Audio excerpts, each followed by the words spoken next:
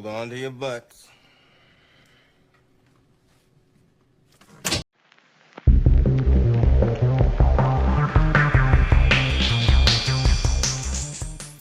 November 4th, 2004. My name is Nick Claghorn. I work for Andy Mack Mortgage, and I'm here to talk to you more about what's going on in the market currently, both last week and this week. So, what happened last week? We had a PCE report, Personal Consumer Expenditures Report, which showed that inflation was close to that 2% target that the Fed is always going towards. 2.1% versus 2, pretty good. That's one factor when it comes to the Fed deciding what they're going to do with interest rates. The other part is unemployment. Let me show you a graph real quick. If you wouldn't mind, take a look. There you'll see that going over the last 2 years, unemployment was right around that 3.5%, 3.4%, and it slowly over the last 18 months or almost 2 years now, it started to come up a little bit.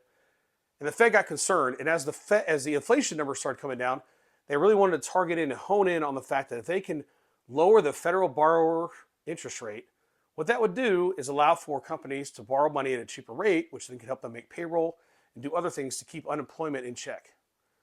Well, that worked for a certain period of time. Then you saw where we got to the month of October, and because those rates were going up, and then as we started to come back down again, we got really concerned that perhaps the jobs market was actually starting to pick up too quickly, and therefore interest rates started to pop back up again. But then on September 18th, when we got the interest rate cut from the Fed at 50 bips, some people thought it was a little bit too aggressive, and we saw rates come back up again.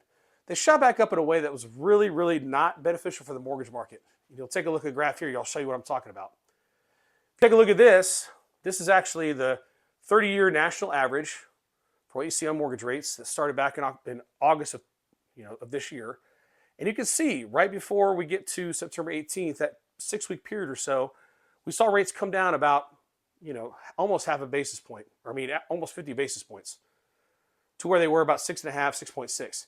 Then the Fed rate cut happened, and all of a sudden you see this shot up. They were talking now we're almost 2 months past, and we've gone up from somewhere in that 6.6 range to about 7.28. We're closer probably to that 6.875 right now.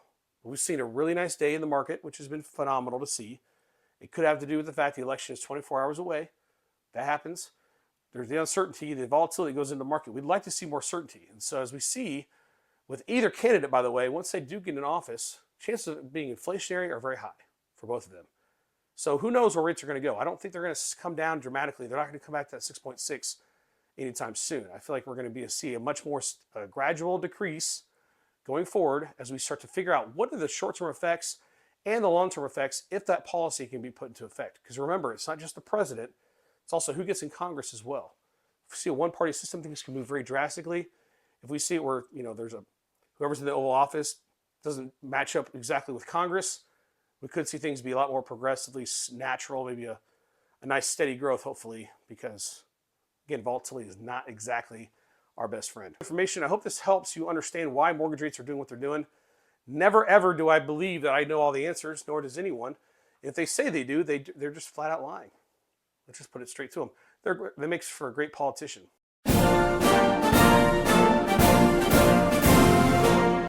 what I got to say about this week is be careful what you're looking for. Sometimes you might find it, but also just be ready for the unexpected. That's all I got to say for today. Just do this. Hold on to your butts. Hold on to your butts. Appreciate you guys. Thank you so much. I'm really looking forward to seeing you guys in the near future. Let me know if you have any questions. Be happy to help.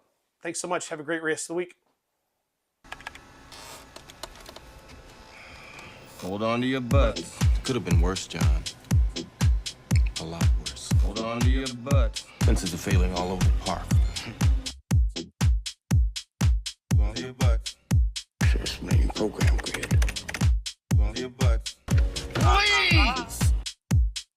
Hold on to your butts. Hold on to your butts.